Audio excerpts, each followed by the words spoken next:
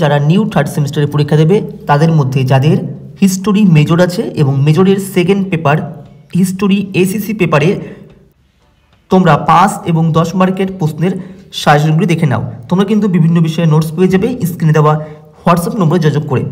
আমি এখানে যে প্রশ্নগুলি দিয়েছি এগুলি 5 বা 10 সব রকমভাবে কিন্তু তোমরা পড়তে পারবে। এবার তোমরা প্রশ্নগুলি এক একে দেখে নাও এবং স্ক্রিনশট নিয়ে অথবা লিখে নিয়ে প্র্যাকটিস করতে থাকো।